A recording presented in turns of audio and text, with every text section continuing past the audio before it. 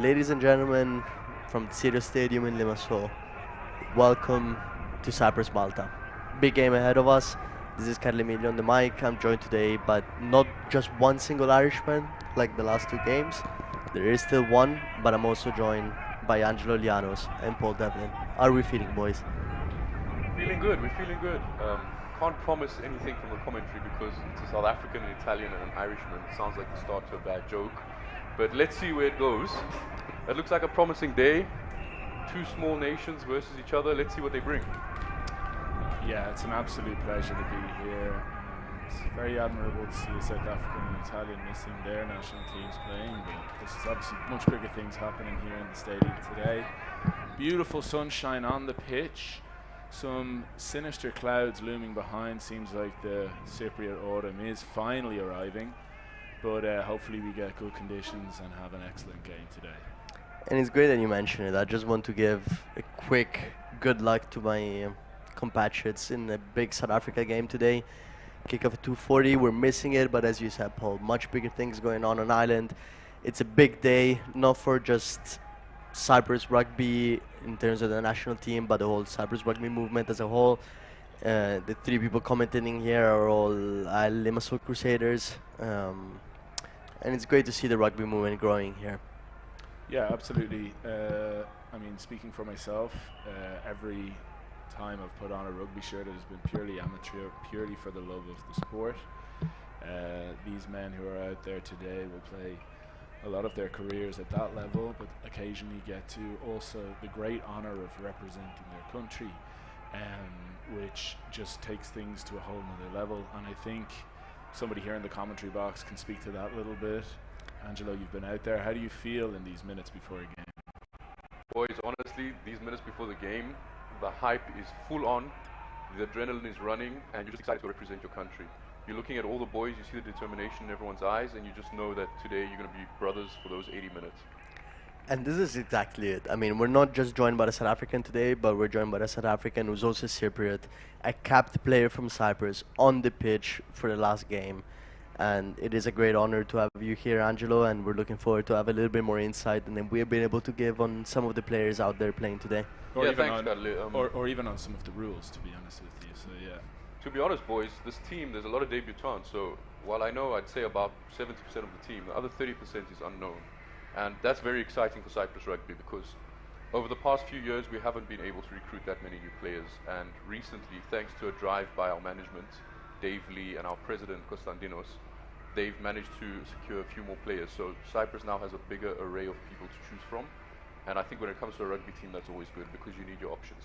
And I want to give a very quick shout out to Dave Lee, new coach for the first time in his life of the IL Limassol Crusaders, the local club here in Limassol. He got the position this year, and on top of that, being a team manager for the national team of Cyprus. What an influence he is on Cypriot rugby, both on island and in terms of the national team. And great guy. Yeah, as the most recent arrival of the three of us to Cyprus, to the Cypriot rugby scene, Dave was one of the first figures, along with Antonio from the AL Rugby Club as well, who really drew me in, spoke to me about what their club is about, but also what it's like to play rugby here on the island. And I don't think I would be playing rugby if it weren't for these inspirational men here on the island. Yeah. And it's speaking of AL, I mean, this might be new to some of the viewers here that are live watching the game with us today. We're actually playing in the old AL stadium, so you're seeing the AL flags around and the colors in the stands and a big AL presence. And AL actually became part of rugby for the first time ever. They bought over the Limassol Crusaders, that became AL rugby. And it's huge to see football clubs, historical football clubs, getting involved into the rugby scene as well. Yeah, sign of good things to come. It's not just that the team is progressing, but that rugby is growing as a presence here and seeing big names in Cypriot sport becoming interested, thanks in great part to hard work on the part of Dave and Antonio to get us into those talks. It's fabulous to see us getting onto the Cypriot scene, getting a bit of representation, and also having some of those fantastic next level AL fans coming down to some of our games shows you the passion that is here for all sports on the island. And I want to get another quick question in, as we have the privilege today of having an ex-Cyprus player, captain player for Cyprus. How are you feeling about today's game? You obviously played in a Malta-Cyprus game before. What do you think the key things for Cyprus will be today in order to bring the result home? Okay, boys, what you have to understand about Cyprus versus Malta, it's probably the biggest rivalry in our league. There's a lot of hard feelings, and usually Cyprus is led out by our captain, Bill Cosma, who brings the passion, he brings the drive, and what I'm looking at today is who's going to step in to fill those very big boots, because that's a huge part of the team that's missing, and I want to see someone step up and fill in. Because when it comes to Malta, it's not just a rugby game, pride is on the line. The past few years, they've gotten us good in the matches we've played, and I think it'll be good to get one back on them today. Interesting fun fact for all of you, Cyprus Rugby has a new coach today, so we'll see how this new coach fares. But also Malta has new management behind them, so their head coach is the ex-coach of the Blue Bulls and ex-head of Stellenbosch Rugby, which is a good rugby university in South Africa, and their assistant coach is actually a capped All Black who has won the Tri-Nations 3 times. So there's a big presence from Malta, and hopefully Cyprus steps up and matches that. And Paul, how good is it to have actual insight into the game compared to last time? I mean, I'm so happy to have Angelo here joining us in the commentary to give us actual facts and interesting information compared to what we were able to give last time. I would say goosebumps. Carly, if you look at this, I've got goosebumps on the arm and my hands are steady. My hands are steady this time. I was nervous last time. This time, nothing can go wrong. Yeah, certainly some excellent context there, and for some people who might be tuning into rugby for the first time, because for a lot of people this might be their first rugby game they're watching, that context is so important. I think, Angelo, it's fair to say that in this setup, Cyprus are the clear underdogs, and that Malta may have more funding, and they have a coaching team behind them with some serious pedigree. So Cyprus really has to play with passion, right, and has to play for the 80 minutes they get on the pitch. Ignore everything that's come before and just play with passion today.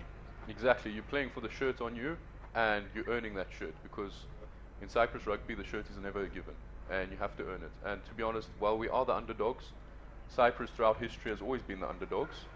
In the 1950s, Cyprus defeated the British Empire, so that's not something we are new to. So let's see if the boys can bring the history with them. Absolutely. I'll save my comments on defeating the British Empire as an Irishman, but it's good to get a historical context here as well. It is a lovely setup, though, as well. 2 Mediterranean nations squaring up, and it's going to be a fabulous day of rugby, whatever happens. Looks like those clouds are coming across again. I would love to see a mud bath, to be honest with you. As a forward, you always like to see things descend into a sort of a muddy slop, but we'll see what happens. For the fans, I hope it stays bright, and for the spectacle as well. Hopefully, we've got a little bit of wind, so that'll affect the kickers.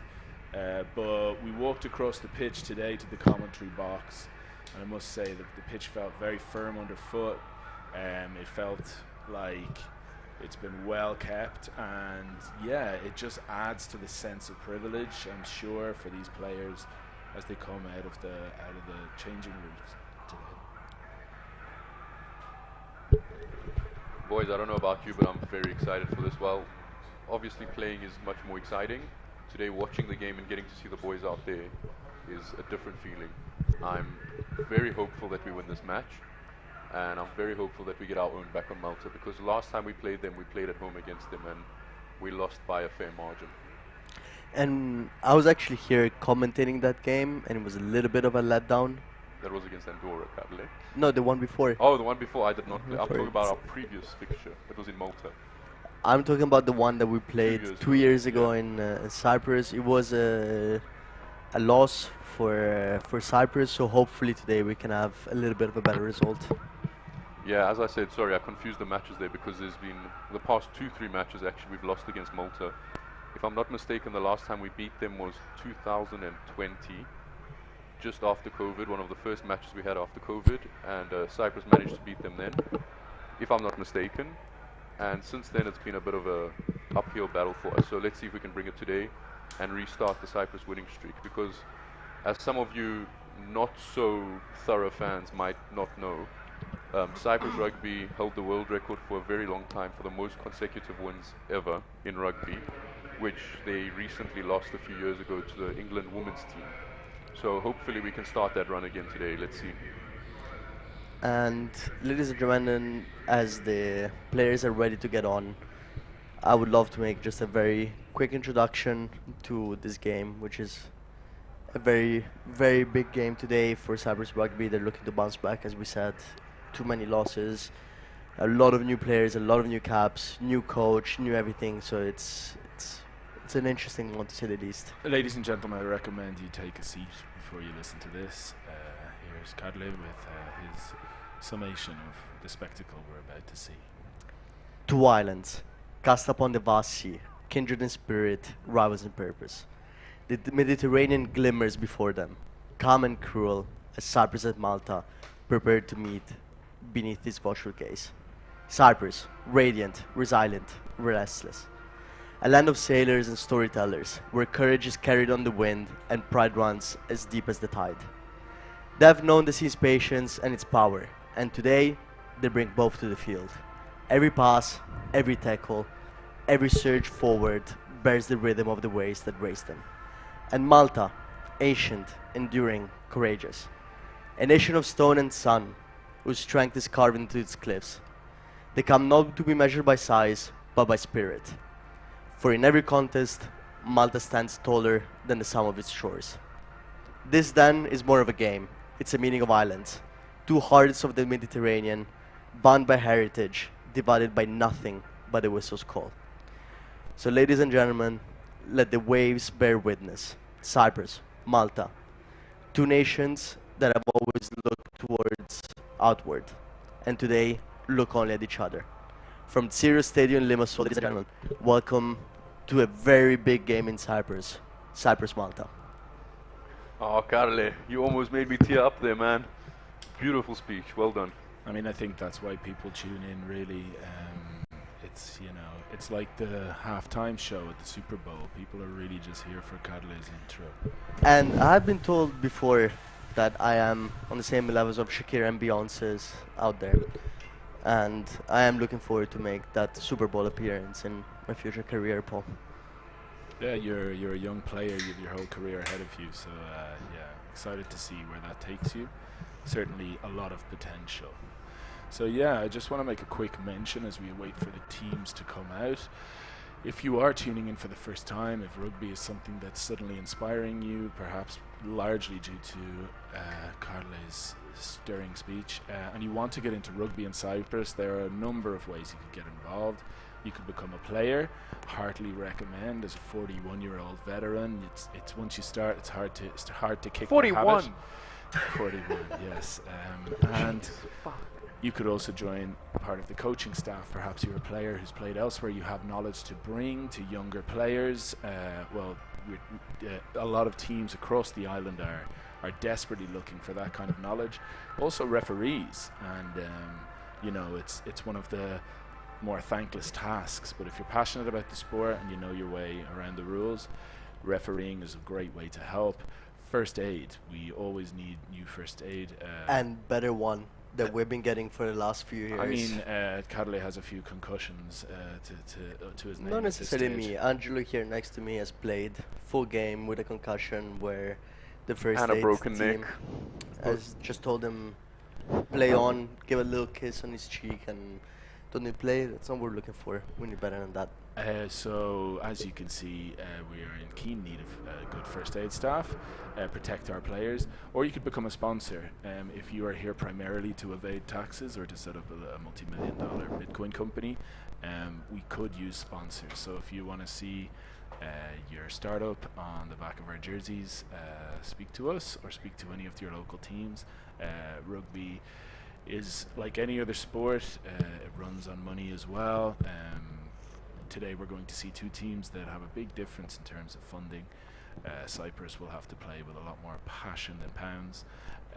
But if you want to become a sponsor of local rugby, you start from the bottom and it builds its way up. So there's so many ways you can get involved in this rugby: men's, women's, juniors and minis rugby in Cyprus.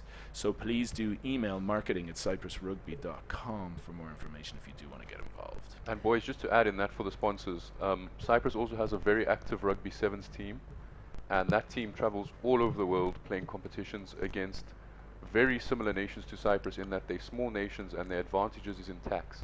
So the countries we play against usually have a big financial presence. We have Luxembourg, we have Liechtenstein, we have Monaco. So if you do sponsor the Cyprus rugby team, it's a very good way to get exposure into markets with a lot of capital. And also you mentioned to be in the back of the shirt, but I believe that if you're a billion-dollar company of crypto, you can probably get in the front of the shirt as well, I'm pretty sure. Yeah, you can make us change color shirts. Just you tell us. You write the check. There's a couple of guys who I'm pretty sure we get the company tattooed if you're willing to actually put the money in. That's a different email, but we can include that as well. For that, we'll give you Carle's email. So yes, looking at the teams coming out here, they are coming out into blistering sunshine, onto green grass, and a huge round of applause here from the stands. All of our crowds are packed into the side that you'll find the commentary box on, so unfortunately today on the footage you won't see our beautiful faces or the beautiful faces of all the people who've come out today to see their team play, many seeing their first rugby game ever, some players, some fathers or parents or daughters of players, and it's just fabulous to have an occasion like this in such a great stadium with the backdrop of the Limassol suburbs and the mountains in the background. It's a fabulous occasion, and it's great to see Rugby Europe flag flying there in Limassol, and we're going to have the anthems.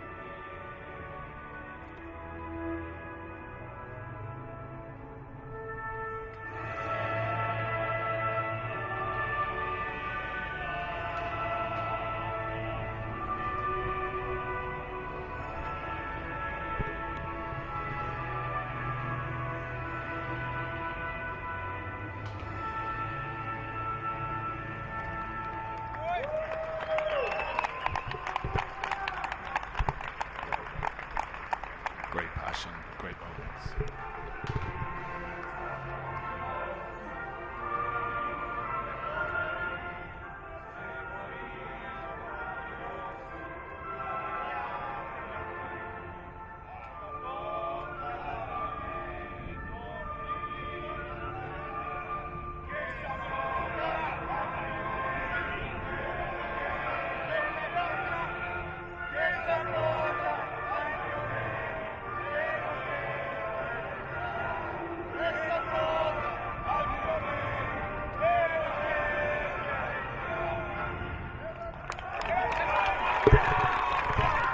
Let's get going, boys. Great passion from both teams there. I think Cyprus Rugby sang their anthem beautifully. Good to see the boys all knowing the words properly and everything. Let's see what this day brings.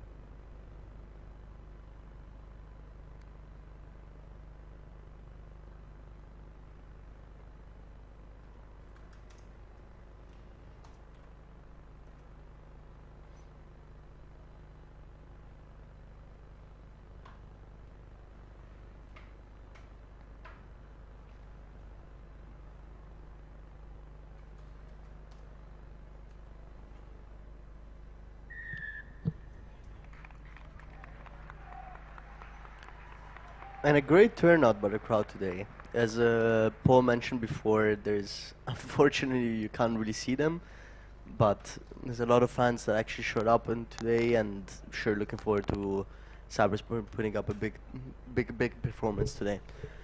And I also, before the game starts, want to give a very quick shout out to Dimitris, on Allen player, but now we're cutting to the formations. Now Angelo? we see the lineup for Cyprus. So we have George Kozma, who is in many games for Cyprus, Pantelis Stylianou, Zaki Petrus Hamnaoui, who is a new player, Joseph John Ridgewell, Marcus Andreas Carathas K, Dimitrios Sophocleus, Yanni Baimas, Alexander Michael Yoriou, Alexander Pandechis, and sorry about that, the name's cut off, but we're getting started, boys. Let's see what happens. First reception from Malta works quite well, and sure they're looking to start building from here. Let's have a good game, boys. A nice restart from Malta. They'll be happy with that. Settle the nerves. Maybe a little bit of a short kick, but yes. Okay, they fielded it early. A good take. And with a bit of time, it's probably botched that kick a little bit, given the Maltese a bit of front foot. And they've used it to send it out. And that's very close to a 50-22 for Malta there to start the game off with. Interesting to see that they're starting the game off by a lot of kicking. It'll be interesting to see if they continue this game or if it's just to put the nerves a little bit on Cyprus, put the pressure on them, and then play a little bit more freely with their hands. Well, they'll be keenly aware that they are on paper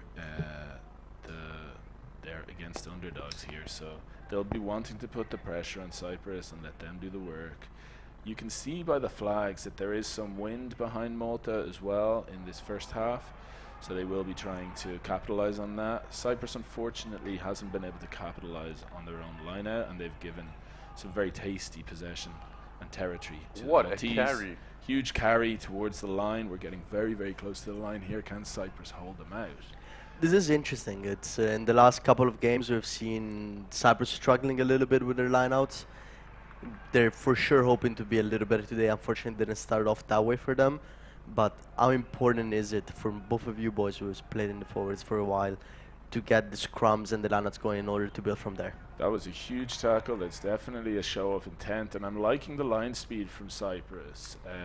Angelo, you spoke before the game about passion. It seems like even though the lineout didn't go their way, they definitely defended with that passion that we're looking for there. Yeah, they were off the mark very quick, and now, boys, we see a scrum. So we've already seen a line out, and for those of you who don't watch rugby regularly, a scrum and a line out is where you build the base of the game. These are ways to secure possession or steal possession from the opposition. So while Cyprus messed up the previous line out, let's see if they've managed to capitalize on the scrum here. While we have a few seconds, I'd like honorable mention for Concon's outfit today. He's going for a blazer, but with some snazzy casual shoes. It's a smart casual look that I think everyone in the stadium is appreciating. So here comes the drive early on, and Malta have definitely piled the pressure on there. Let's see how the referee's seeing how these teams are squaring up in the scrum. And with the other couple of seconds that we have now, I'd like to say I think anybody would appreciate any outfit that Concon is wearing. I agree. The recently married Concon, let me add in. So ladies, if your hopes are up, sorry to ruin them. But yes, our president of Cyprus Rugby has recently gotten married. So those good looks are all off the market, unfortunately. And big congratulations to him. But more of a big congratulations to his wife. And some rumours of a tattoo coming out of that matrimony, which I'm sure are unfounded, but we'll keep that and we'll move on to this scrum. So again, multiplying on the pressure, that's a great platform, and they're attacking. They do have the numbers out wide. Good tackle to stall that initial attack. Very good defense by Cyprus. Cyprus is manning up in the defense. And they'll have to, because the pressure is still coming on and the ball is still with Malta. The big man taking it up, but a great chop tackle from Cyprus. But the ball is still in Maltese hands. Cyprus doing well to use the sideline as the last defender. But the pressure just keeps coming on. The Maltese seem happy to play in phases here. Big case from Cyprus, and we're seeing something interesting here. Some patience from Malta to build up the way they wanted to. Some good pod work and some good support there. And a lot of pressure on Cyprus to start the game. It'll be interesting to see if they can come away with it unscathed without any points. I mean, if they can survive this onslaught, they'll take that as almost as good as a win. Here, he's cut inside the winger very nicely, but the referee has seen something, a forward pass. And that is, as we said, this is very good for Cyprus. I mean, first couple of minutes of the game, having been forced to play in your own 22 after a botched lineout, now the opportunity to build off their scrum and clear and play their own game a little bit and alleviate some of that pressure. Well, let's see how they do on their own scrum. Malta were obviously piling on some serious pressure on theirs. I would agree, though, surviving, I would say I counted about 10 phases of concerted effort there from Malta.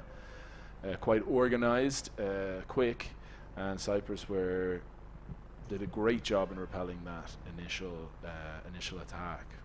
And the thing with those phases, Paul, they weren't just carrying the ball up. There were phases there that were heavy carries. There were phases that were good back moves out the back, and Cyprus managed to repel it all. So that's very good for Cyprus defense. Let's see how their offense works now. And So it's a penalty against Malta, so that really alleviates the pressure on Cyprus. They're looking to clear it. As we always say to Devon, make sure, get it out. And it's going to be very interesting, this lineout here. They botched the first one already. We've seen in the last couple of games that their lineout was not the thing that it could build from. They've had big struggles with it. I'm sure that this is a very big one in order to build their confidence and know they can work off of it. What do you think, Angelo, having been in those lineouts and having seen it in training? I'll be honest, having played in the lineouts, we have a very good lineout team. Our forwards are very good. And fortunately, that's backfired there. I take that back now. But The classic commentator's commentator curse. curse. yeah, I think nerves are getting to our boys. If they settle down a bit, our hooker Pantelis Stylianou, he also plays for the sevens team of Cyprus. He's a brilliant all-round player. So I know when he's on his day, there's no one who can match him. So hopefully the nerves settle down. They all get some oil in their engines and everything starts going more smoothly. And it's the first couple of minutes. I mean, we're only 6 minutes into the game. It's normal to have some nerves, as we said. A couple of these boys, they don't really go on Ireland, so to put on that white shirt and be representing Cyprus here in Limassol in front of their fans, I'm sure there's some big nerves that are happening now. So let's give them a little bit of time to settle down, calm those nerves, and then to be able for them to play their game and work off of it. So here comes the line out. Now this one was successfully taken and quickly taken away from the line out to midfield. Big tackle from Malta, but the ball still with Cyprus. They want to go back infield. And some nice wraparound passing. Big shot there, boys. That was a big shot. Definitely a big shot, but the carrier really could do nothing but brace himself. He knew that he had become isolated. But the ball is still very much in Cypriot hands. And an interesting little kick. Probably because he knew that he did have that penalty advantage, and to be honest with you, the penalties are playing right into Cyprus's hands right now. Even though only 1 of 3 lineouts has been successful, the fact is they are still getting territory, and I think Malta will be unhappy with their discipline at this point because they have definitely taken all that pressure right off of Cyprus. But we're now seeing Cyprus in tasty territory and with a line out in hand. Let's see if they can fix some of those line out woes now. First visit in 22, and it'll be interesting to see what they can play off of. Their first line out in an interesting position of the pitch, and their turn now to put the pressure on Malta. And once another again, lost it's line out, unfortunately. malfunctioned. It seems like that is a little bit of a problem of the hookers throwing in there, because they are choosing the right jumper, and they're just not getting ball to hand, unfortunately. It's going right over the top, and Malta are wise to it. Now Malta's with a counter attack off the kick. And it's a big waste here. I mean, it's 3 opportunities. I mean, they've had 4 lineouts, only won 1. And 50-22 on. And that is a beautiful kick. That is a very beautiful kick from Malta. A very good 50-22. Now looking for it to put the pressure on Cyprus. And what do you think? I mean, if I was a Maltese player, you see the lineouts are not working for Cyprus. It's a gift for them. I mean, they've had the opportunity to play the ball a lot more than they have, and I'm sure they'll be looking to do a lot more of this during the game. I mean, most of the times the forwards, we walk around the pitch huffing and puffing and being very, very angry with our backs for causing us to have scrums. But when we see our kicker putting us into the 22 with a line out in our possession, it's the one time where we go, you know, these backs aren't so bad after all. Now the problem here, boys, from what I can see, is that Cyprus keeps getting a get-out-of-jail-free card with the penalties, but they don't capitalize on them due to the failure of the lineouts. And right now we see a Maltese lineout which did not go well either. So maybe that problem is equal. And that's a brilliant carry very from big carry. What a carry, what a statement. Now, can they secure the ball? What's the ref blown here? I thought it looked a little bit like illegal encroachment from a Maltese player. It seemed like he was not rapping, but it doesn't seem like the referee agrees with us here. Let's see what's been given. He's definitely having a word with the captain, but that would appear to be all he's having right now. The pockets stay firm, the cards stay firmly in the pocket. And that is another penalty for Cyprus. And this is a very big hit happening here. I mean, the Maltese are definitely putting the pressure on and making their presence feel from on the Cyprus players, and I'm sure that specific collision will be felt tomorrow and possibly in the insurance paperwork. I'll tell you, boys, any collision with Alhuka Pandelistiliano would be felt by the opposition. He's a big boy, he carries strongly, and not only that, he has twinkle toes. He can step anyone as well due to his sevens experience. So, big carry from a big boy. Big line out now. Let's see if they can fix some of the problems they've been having. That's a good one. See, this is good from Cyprus. I mean, you have had some problems. You have seen that the line is not working. Just go on the first jumper. Make sure that you bring it in. Play it easy. Not anything fancy. They're reacting well to some of the problems they've been having. A lot of white shirts committed to that first ruck. Will they be able to wrap and organize quick enough? Maltese are definitely there in numbers. But still in Cypriot possession, the right side of the pitch for them, and some big carries going in and some good support. Switching back to the other side where they have spotted a small amount of space, and if this can be moved, the winger may have a little bit of daylight here.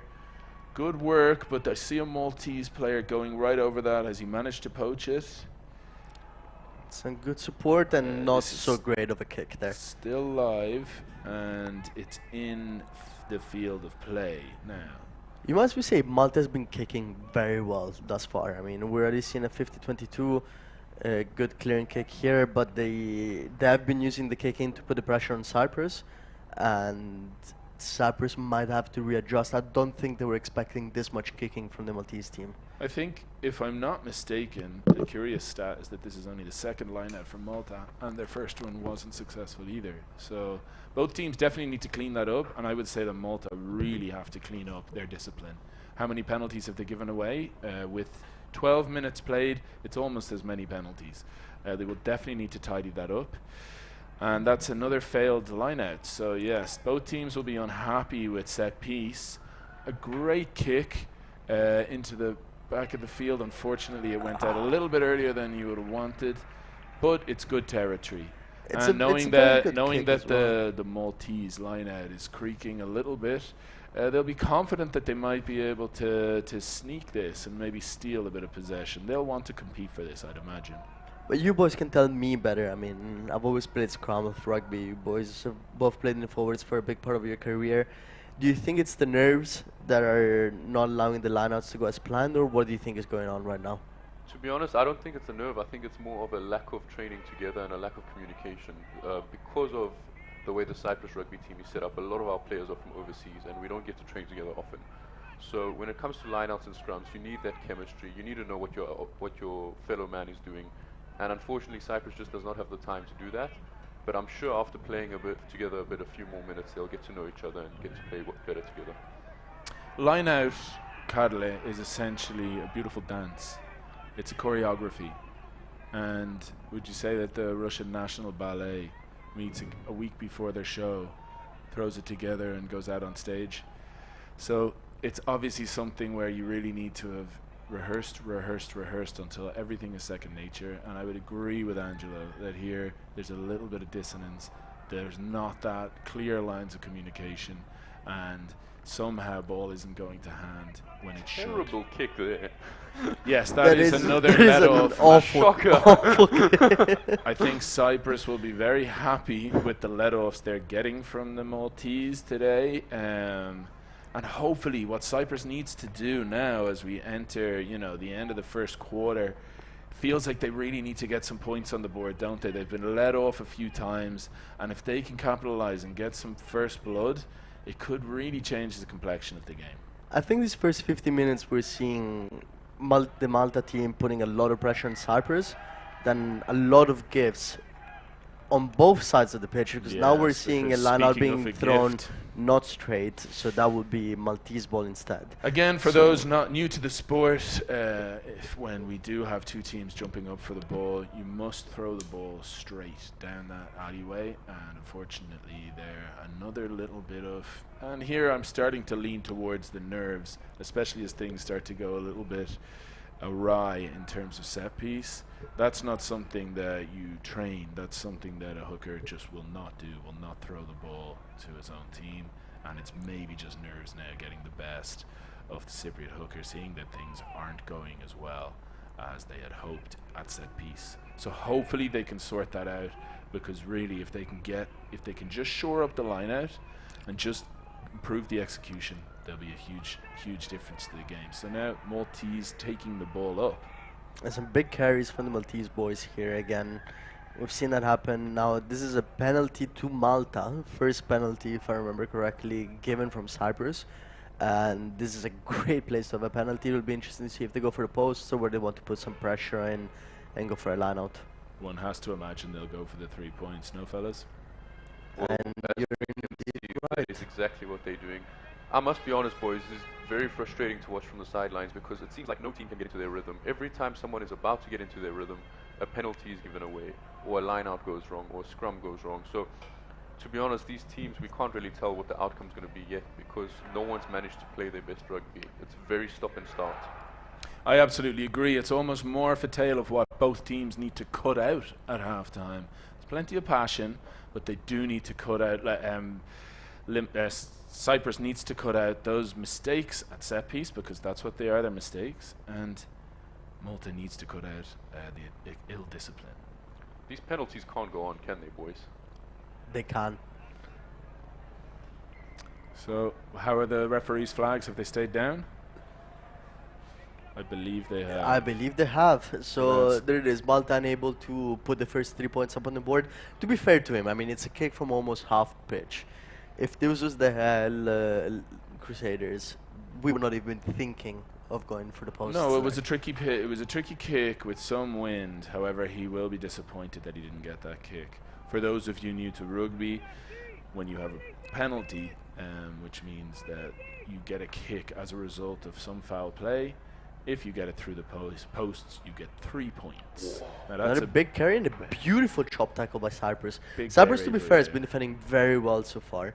1-2 penalties given, but I think they will be happy with their performance, especially on the defensive line. Not so much on the offensive, but the defensive line has been working quite well. Unfortunately, they're the team that has had to defend more with quite a difference. And Malta has let them off previously, and Cyprus hasn't been able to capitalise because of those mistakes we mentioned earlier. But here comes another concerted Malta attack. Let's see how Cyprus do, if they can maintain their line speed, but also their discipline and communication, and make sure they keep out another attack from Malta. So it seems now that Malta is building a bit of rhythm, which I mentioned before, that we'd like to see these teams play with a bit of rhythm. And as I say, that the ball gets thrown away. I This is definitely the have second time this commentators happens to curse. you, Angelo. I mean, I think you need to continue praising the Malta team because every time that you do that, it seems to be going awful for them. It looks like this monkey business is going to continue for now. Well, this was a nice bit of tactical kicking that's put Malta under some serious pressure. What can Cyprus do with this now? Ref is keeping an eye on this, but it does seem like the Maltese have managed to bring it under control. Now the forwards are lining up to do the sensible thing and just take some slow ball but some controlled ball and let everything get under control, because Malta are defending in their own 22 right now. Now that was a clearance kick that seems to have gone out pretty close to where it was kicked.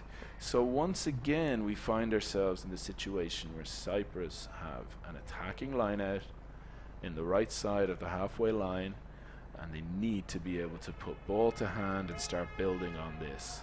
Again, as we said earlier, you have had some problems in the line out. What everybody's thinking here, go to the first jumper, just make sure to just win the line out. Nothing fancy from it. Slow down the game if you have to. They really just need to make sure that they're bringing that ball down off of their own line outs. Ball's in, and that has gone to hand and quickly away. Nicely done on this one. That'll be a huge nerve settler for the pack. They're going wide. They're not cutting back in this time. Another huge What? He's had some barnstorming run. incredible carries I so told you far. boys, Pandelistilianu, it's not easy to put him down. He's strong, he's fast, he moves with momentum because he has a lot of weight behind him and he can move fast. So very hard to stop that momentum. He doesn't seem to be employing his sidestep today. He's doing route one all day. Now, unfortunately, we did need a little bit more consistency there from Cyprus if they wanted to get something going, and they've unfortunately lost that ball forward at some point. So it gave the Maltese the chance to kick themselves back into some good territory. And that is another 50-22 for Malta. A little bit of a useless kick, I would say. The grubber where it was not needed. Cyprus needs to just play a little bit more calmly. Yeah. Just build off of pods and put a little bit more pressure on the Maltese off of the offense. And they're just allowing Malta to play a little bit too freely right now. So Malta adopting the maul, which we haven't seen so far today, and it will be fascinating to see how this goes. It does seem to still have some momentum. Now Malta have actually broken away. Now, was he held before he got back up again? The referee says to play on. But it's a big carry for Malta. I mean, they had a maul just as the beginning of their 22, and they made almost 15 meters off of that maul. Not sure that's what Cyprus wants right now. Cyprus are going to have to be careful not to come off the line too early and get blown up for offside. For the moment, their line speed has been admirable, but they need to maintain their discipline.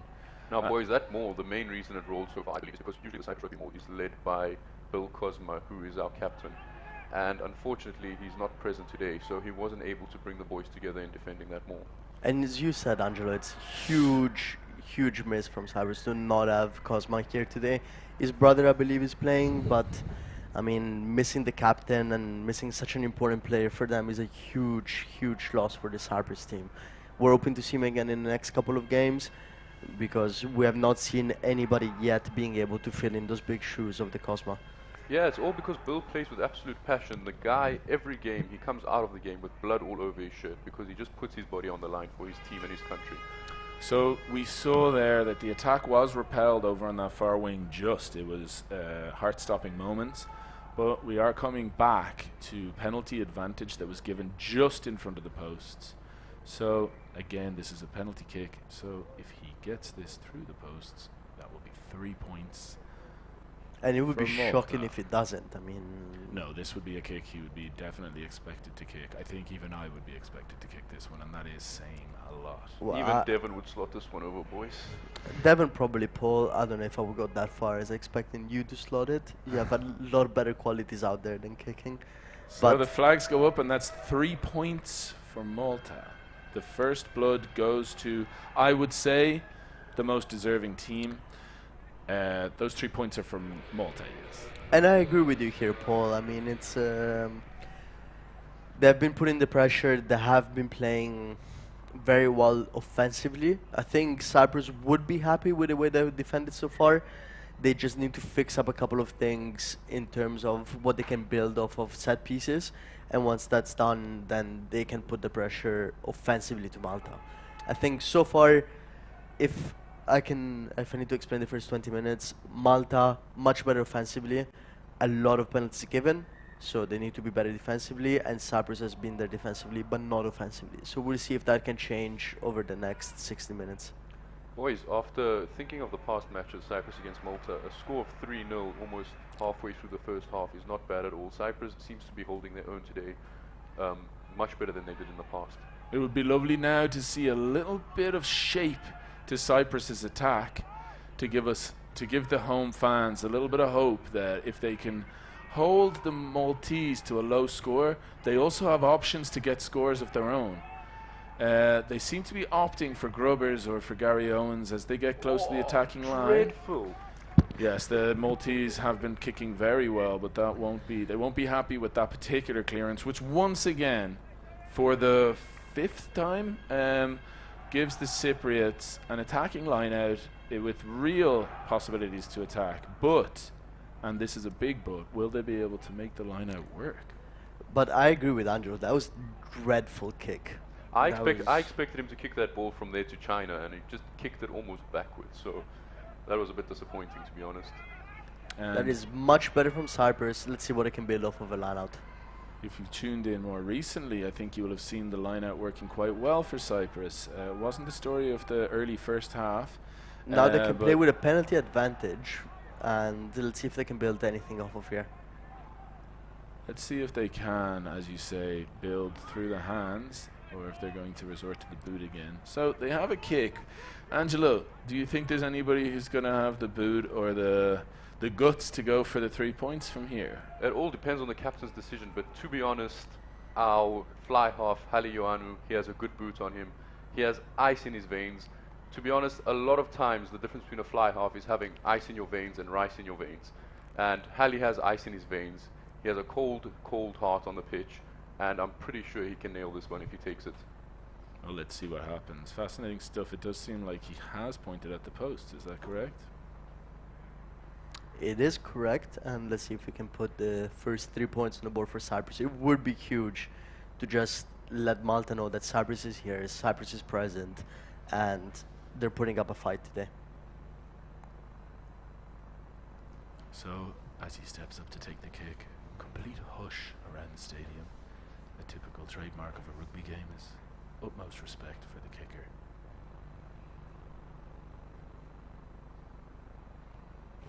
And the flags have gone Nailed up. it. I told you. Hali Ioannou has ice in his veins, boys. And that is beautiful. That That's is almost 3 points for Cyprus Rugby, and they will be extremely happy to be neck in neck with Malta after some serious pressure. They will feel, I have to say, that they have been allowed to remain so in this game by consistent mistakes and penalties on Malta's side, but at the same time they will be thrilled with the passionate defensive display that has allowed them to be in this game, keep Malta to just a penalty from all this concerted effort, and they'll be looking to build on this. Big carry by Yanni Baimas, another player who plays both for the 15s and 7s of Cyprus Rugby. And that was a beautiful kick from the 10 there. I mean, it was very well done, and it was almost a Ramos-esque kick, although, as I'm sure you would say, you don't want to be French. So Yanni Baimas, who's 31, he's from Manchester, and he's representing Altrincham Kersal. And a fun fact about him is that he's currently learning Portuguese. And a recently fully qualified engineer, I'll have you all know. Wow.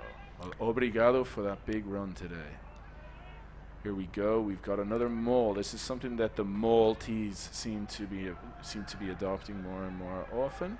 I mean, it's worked for them in the past. We've seen a big carry and now another one. So I don't see why we wouldn't be seeing more of this throughout the game. Now they've decided to go through the hands quite quickly. They had such a solid platform. Cyprus will have to work extremely hard to turn that momentum back on Malta. The big man taking it up, but well held. Now, has this defender done enough here to That looked poach? like it should have been a turnover. I'm not sure whether the referee might have judged that it was the same person who tackled. And here's another big defensive display here. Good line speed. The Malta players being tackled behind the gain line. Now here, they've managed to stay on their feet, and if they can continue on their feet, I think they might have got that down. That is 5 points, a try for Malta. That is absolutely, I'm sorry to say, dreadful defending for Cyprus. That was a very slow carry outside of their own 5-meter line that was managed to be pushed over, and it is not what we want to see.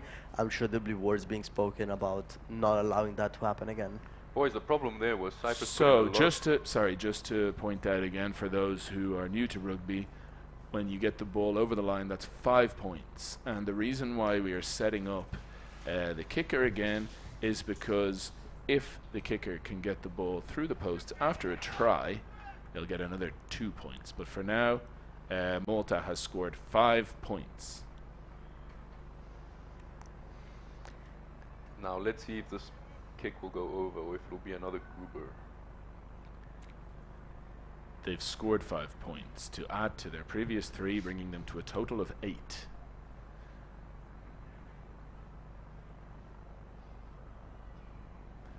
Let's watch the flags here. They have stayed down, so no further points. Had he scored that, that would have been a conversion. And that would have been 2 further points. But in this case, he's missed it, so we're staying at Cyprus 3, Malta 8. And this missed kick is almost as big as a letdown as Leonora has been over the last few months. So, as we kick on here, will Cyprus take this as a little bit of a fire under their asses to get going again? Because they really were beginning to get into, I think, Malta's head. They had managed to sustain the pressure and resist going behind early on in the game, and they'd managed to get those 3 points to draw themselves level. It's still a close game for Cyprus here. They definitely need to put some pressure and stop allowing the kicks to keep going off the pitch. This is the 3rd time this has happened. It was almost close again to a 50-22. A little bit of work to be done in the backfield here to not being allowing these kicks to hit the ground and go out that easily. Well, our fullback is a new untested debutant, so he's probably still getting used to the level of international rugby. Maybe once he gets into his flow a bit more, he'll be able to field those kicks a bit better, boys. Absolutely. We're hoping so, because it's too easy for Malta right now with these kicks in the back. There needs to be a little bit more pressure being built there from Cyprus to not being allowing those kicks to go off that easily. So Cyprus just trying to tidy the ball up here in their own 22. They've done quite well to do so. Malta applying some pressure there, seeing if they can force an error. This box kick from the scrum half, not bad to be honest. I'm sure he was looking to hit touch from there, but I mean it's at least some good distance to get off of that kick. Definitely they'll feel a lot less pressure right now, playing on the halfway rather than their 22. A big tackle going in. There's no shortage of passion, there's no shortage of commitment from the Cyprus players. Once again, they go to their big man, who's given them good change throughout the game so far. And a nice little line to get the ball moving and the momentum started. They're making yards. They're hard yards, but they are making yards. And they're trying to give their kicker less pressure so he can put some right back on the Cypriot players. Now, unfortunately, the first wasn't a knock-on, but the second was, and it's left the pitch right open. And I think Malta might be able to capitalize on this. And they have indeed. That is.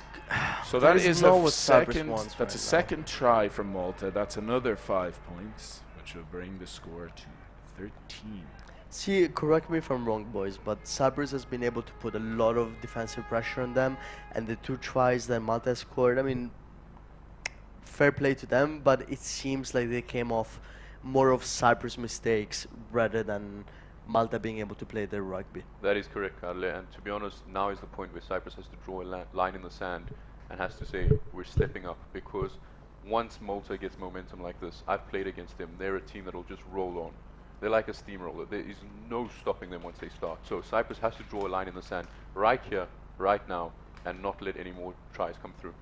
And especially not of mistakes off of them. I mean, if you get the try being scored on the wing off of some good play, then fair play, well done to you, and heads off. But the first one was a pod that was being able to push to almost 10 meters because of a high tackle from the Cyprus players, and the second one comes off of a missed catch off of a high kick, and that's not what they want to be doing. The flags have stayed down again, so no further points. The score stays at Cyprus 3, Malta 13. And the Malta kicker, I'm sure, is going to be disappointed with this first half performance. That's the third kick that is missed, so that is 8 points living on the board. It almost looks like his ex-girlfriend is here watching, and the new boyfriend is better looking at him. The new boyfriend being Halle Ioannou, the Cyprus kicker, who is definitely much better looking than him. Ice in his veins and cool as ice as well. So from the restart, Malta seems to have tidied it up, and they've kicked it straight up the field, kept it in field, and unfortunately Cyprus back three haven't been able to deal with that as calmly as the forwards would have hoped. They've put it out of danger for now. Unfortunately, they do find themselves on the wrong side of the halfway, and Malta has possession. Now, Malta hasn't had much joy at line-out time either, so let's see if now they can tidy things up and get that attack that we have seen. Guys, I think you would agree that the Maltese attack as well has been more cohesive and has shown more signs of being able to go through those phases, even if it gets up to 7, 8, 9 phases, and that's something we still haven't seen from the Cypriot side. Is that fair to say? Well, Malta's base is built off of their fly half. You can see him there with the bald head. He has played for Malta for many, many years, and he's a very good fly half in the way he manages the match. He does not kick the ball, which usually is the role of a fly half, but the way he manages the match, he can fake that he's passing to a forward, and the next thing you know, the inside centre has the ball and he's through. So I think that base is built all off of their fly half, who's a brilliant player.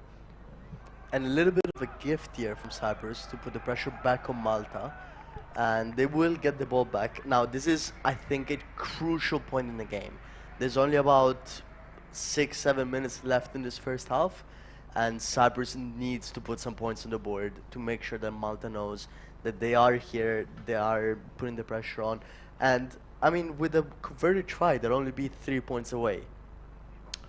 Absolutely, and really, like I say, they've nothing to prove in terms of their defensive effort when they are meters from the line. They need to tidy things up and they need to get their line out working, but they also need to show us that they do have an attack with teeth, with organization, and which can go through the phases patiently. They've been in this 22, they've had enough visits, and they need to start building now in here and making the Maltese feel like they are in a game. Now, boys, I would expect Cyprus to want to get the ball to this right side. Well, they went exactly against that. But on the right side are two huge threats of Cyprus. We have Alex Thompson and Dom Yeoriou, who are both excellent players. Dom is a hard carrier, and Alex Thompson can outpace anyone. He's also a seventh player for Cyprus, and I'm very disappointed the ball didn't come that way, to be honest, because I think if it did, there would definitely have been a try on the books. And that looked to me like just a mistake from the number 9 there. I mean, I don't know if that was a set play or if that's what they decided before. If it wasn't, then I agree with you fully. The right side had a lot more space and a lot more players available to play the game. It just ended up being another lost opportunity for Cyprus, which keep adding up, and that's not what we want to be seeing. Now we see Ben Yarrow enter the lineup between Dom and Alex. Now those are probably Cyprus Rugby's 3 biggest threats, both in Rugby Union and in Rugby Sevens. If the ball can go to hand there, I have no doubt that there should be a try here. It is unfortunately still a Malta scrum, so there will need to be very big pressure for Cyprus to win that ball back, but that's what we're hoping to see as well, Angelo.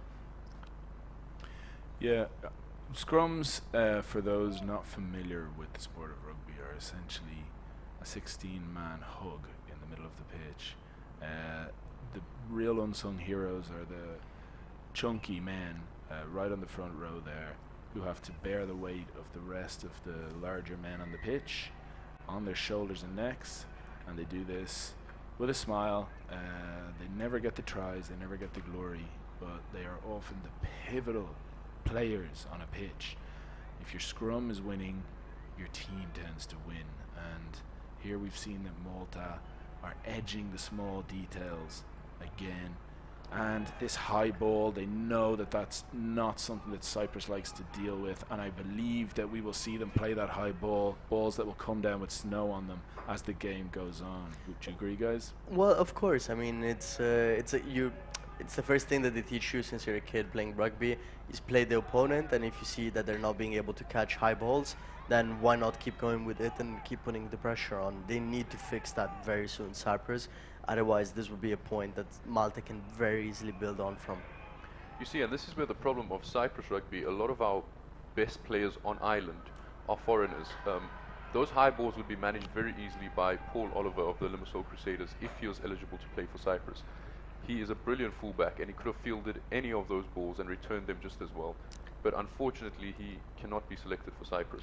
That's very interesting you mentioned it, Angelo. I mean, I'm sure that Cyprus rugby needs to build from players that are actually playing on island. There's a few players that come to mind from the Crusaders, but also from the other teams of Nicosia and Paphos. Want to mention Nico or Nick, or there's a lot of players that could be making this team. And it's interesting what you mentioned before of not having the opportunity to play together. So to have the opportunity to have more people on island, that would be better. You see, and that's why I think the past Cyprus rugby team went on that world record beating win. Back then, most of the players were on island, and they were boys who trained together every week and played together every week for their local team. And they managed to build a chemistry, they managed to get to know their opposite man, and that's what helped them run to the win. Now I think the time has gone off now for that injury. And we hope it's not serious. Can we see the Cypriot player that's on the floor? From what I can see, it's George Kozma, who is another stalwart of Cyprus rugby, and he's up again. But there's no need to worry that the game's gone, because he is one of Cyprus's best players. Fantastic. So I think the referee has signaled for the time to go back on. So time is on. And this is it. There's only about 1 minute left in this half, and Cyprus needs to not let any points be scored against them. It's huge for them to keep the score here. It is a very close score. They're one try and one kick away from being tied. So no points being allowed now would be huge for them to go back into the changing rooms, build off of their mistakes, learn from it, and come on and put that pressure on Malta. What do you think Malta will be saying in the changing rooms? I think for them it's play on. I don't think they have anything And too drastic to change. Sorry to cut across you there, but we do have quite a serious attack coming here from the Maltese. It's been brought under control and it wasn't carried over their own line, so they will get a 22 play out. And I think Malta would be happy with the way that they played so far. There's not been anything that they need to change drastically. Maybe a little bit more discipline from their end. A couple of penalties having been given out that shouldn't have been. But other than that, they just need to keep playing their game. The kicking, sooner or later, unless there's too much pressure on the kicker, they will continue to work on and just build from what they've been doing. Now, I'm very sorry to say, but it's one of the worst dropouts that I've ever seen. That was awful, and it allows Malta to put the pressure back on. Angelo, what do you think? Listen, Hali, as I said before, he's a brilliant player, and that's just a small error. He's been managing this game well as our fly half, so he should just forget about that and move on, because I know there's much better in his toolbox. So I think that should be left in the past. But that was a big tackle by Cyprus. Man and ball sent backwards, and again, Malta are going backwards here. Cyprus will not go into the changing rooms upset with their own defensive display, which has been fabulous and passionate. And I'd love to see a little bit of a scruffle. I mean, it just reminds you that the game is not completely gone. There's definitely being a lot more softness coming up over the last 10 years with all the rules and everything. And you'd love to see just players pushing each other and making it felt like it is a rugby game. The physicality is there and the nerves are building. We just said how big of a game it is, and seeing a little bit of pushing and shoving just reminds you of that. Well, Carle, the thing that I'm surprised about today is that usually when Cyprus plays Malta, there's so much passion that a fight is inevitable to occur. And today, I must say both teams seem to be playing a bit soft. Not in the hits, but in the fact that there's no passion, there's no anger there's no will to dominate your opposite man. And seeing that fight made me think maybe Cyprus is bringing it now. And if they do bring that, I think Cyprus's chance of going into the lead are much better. And I agree with you. I mean, you need to see a little bit of pushing and shoving, a little bit of passion being played. Otherwise, I would say that the game is very far gone. There's glimpses that remind us that the game is still here, but hoping to see a little bit more of that in the next half. I must say that our referee Ignacio Munoz Martini from Spain is definitely bossing things well. He's having to work very hard. There is a lot of ill discipline, especially from the Maltese side, and he's blowing that up and letting the game play when it needs to be played. And that would be it. That's the end of the first half. Thank you very much for joining us, and we will see you shortly for the beginning of the second half. That's promising for Cyprus if they can fix up a couple of things to put the pressure back on Malta and hopefully bring a little bit of some better rugby from their end.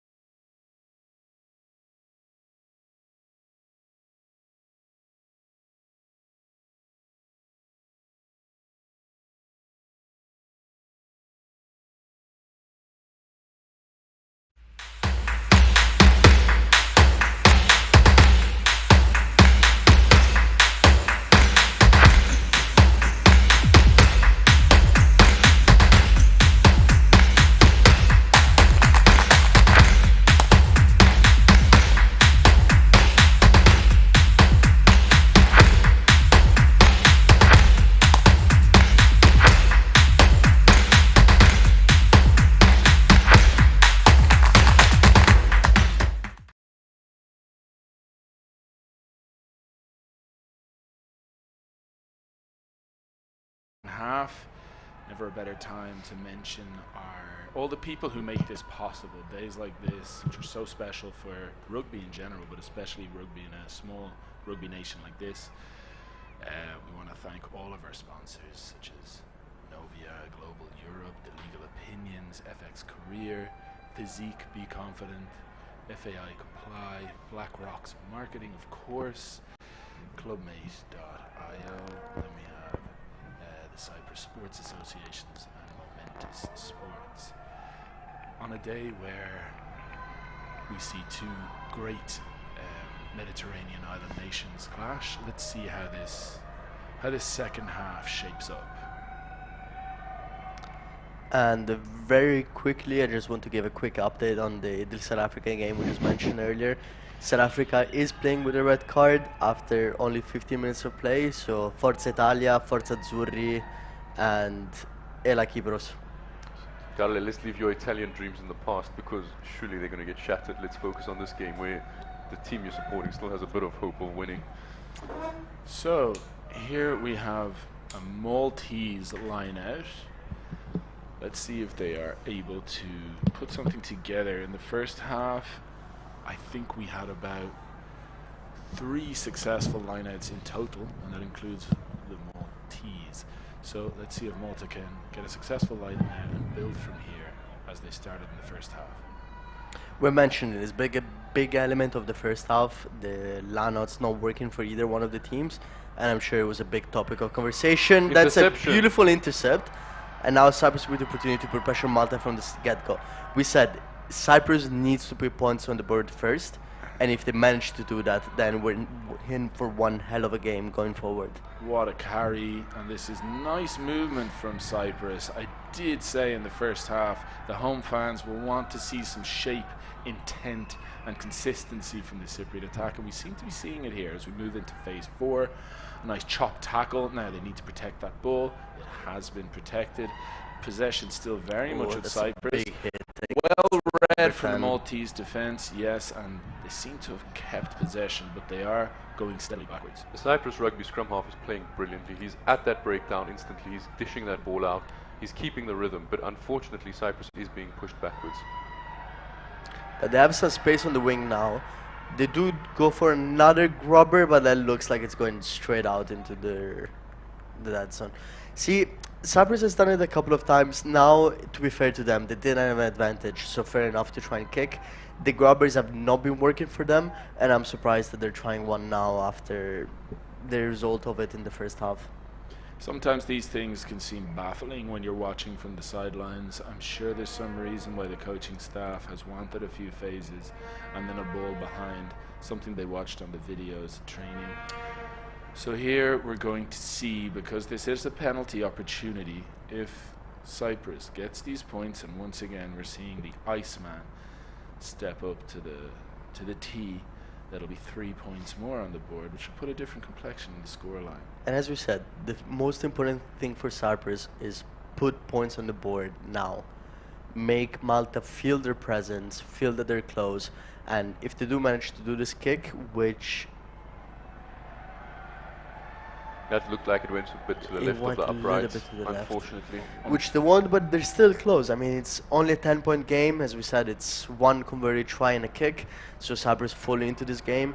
And I'm sure Malta is feeling a little bit more pressure now than they were feeling in the first half. Luckily, Mihaly Ioannou from Limassol isn't just bringing his three-cap experience with Cyprus. He's also got a great karaoke voice. His favourite being Tennessee Whiskey by Chris Stapleton. Great song. Wow, now Malta coming surging forward. This is going end to end here. If Malta can manage to capitalise on this, this could really give Cyprus an uphill struggle, but they've managed to shore it up a little here, Cyprus. Now, Malta looking to test the far wing. Possession still with Malta, but it's become disjointed. Now let's see if Cyprus can organise their defence. And Angelo, you have to feel that if the Cypriot defenders are asked to continue to work at this rate, they'll begin to tire. Although they're getting good returns, they seem to be almost more comfortable in defence than in attack from what we've seen in this game. You're right. If just having to hold that defense continually is going to tire them out. But the good thing is it's our big boys putting in the big hits, so it's keeping the backs a bit more fresh for when the ball does come free and they're able to run it. And we have seen that they do have some attacking now, so when they do get a little bit of possession, I'd say they won't have lost hope here, but they will need to make this line out work. It will be fascinating to see how they approach this latest line out within Maltese territory. And they've had the opportunity to speak about it over the half. I'm sure that they're a great line out right to the front, simple as you said, Carle. That seems to be the word that's come through from the coaching staff. Go simple. A good carry into midfield now. That is a little bit sloppy. They need to tidy that ball up. What a carry from the big second row. You love to see. There's no supporter, and he fell way over the rock. Slow it down, slow the game. Now, it's very important for Cyprus. What would you do here? The kicking hasn't worked. The last kick was missed. What would you do? Would you go in the corner, go for the try, or would you go for the kick? What do you boys think? I would secure the 3 points, so that would put Cyprus only 1 try away. Obviously, they didn't go for that option, but I would secure the 3 points. Get within 1 try, because you just need a lucky break to score a try. Whereas if they get a try, they still need a penalty to be drawn right now. And as it's been happening for the whole game, Angelo, everything you say is not being shown on the pitch. The complete opposite is going. It's the classic commentator curse. We've been through it. I know it's your first time joining us. It is what happens most of the time. Guys, I'm not sure if you at home listening can hear it, but the crowd has become audibly more enraptured in this game since this last development. Now, will Cyprus be able to bring this under control and start to play in Malta's 22? Good line out for Cyprus. Finally good to see. Notice that Malta didn't compete, so they knew that they wanted to sniff out any maul that might be underway before it happened.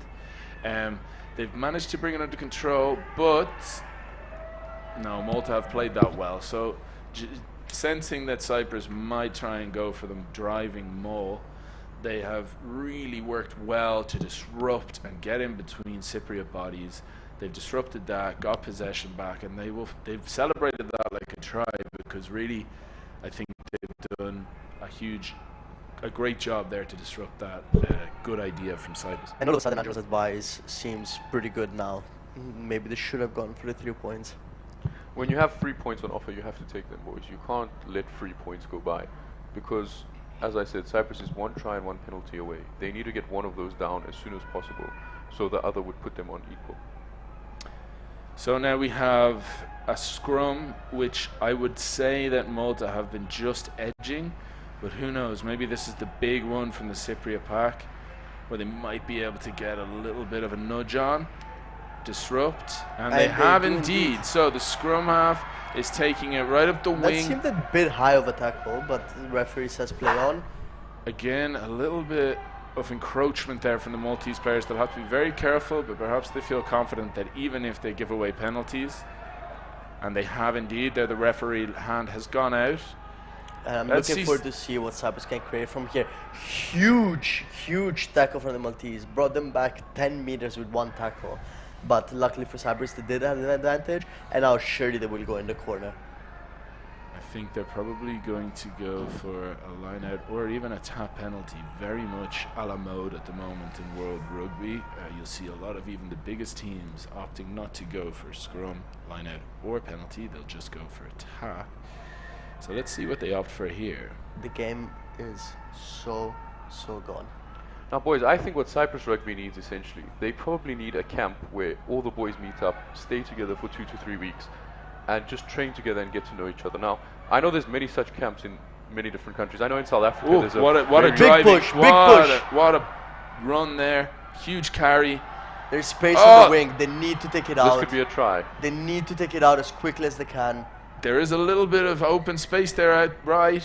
It's another penalty, certainly no penalty try given, and I'm sure the referee will be feeling that yellow card itching in his pocket at this point. A little bit more of pushing and shoving, which might show that the game is not so gone. But there, I mean, we saw it on the screen, there was so much space on the wing there for Cyprus to be played. Maybe let the boys in the backs play a little bit more than they have now. The carry is working, but look for the opportunities to create space on the outside. That's what I was saying, boys, before the intensity picked up a bit. Sorry about that. basically Cyprus needs something where they can gel, where they can know what the other players are good at. And a camp such as like one that Windy Brow runs in South Africa, where everyone meets up and trains together, that would be perfect. You can see that they are going for the tap penalty. Not a huge carry, but they don't have to be. They really don't have to be.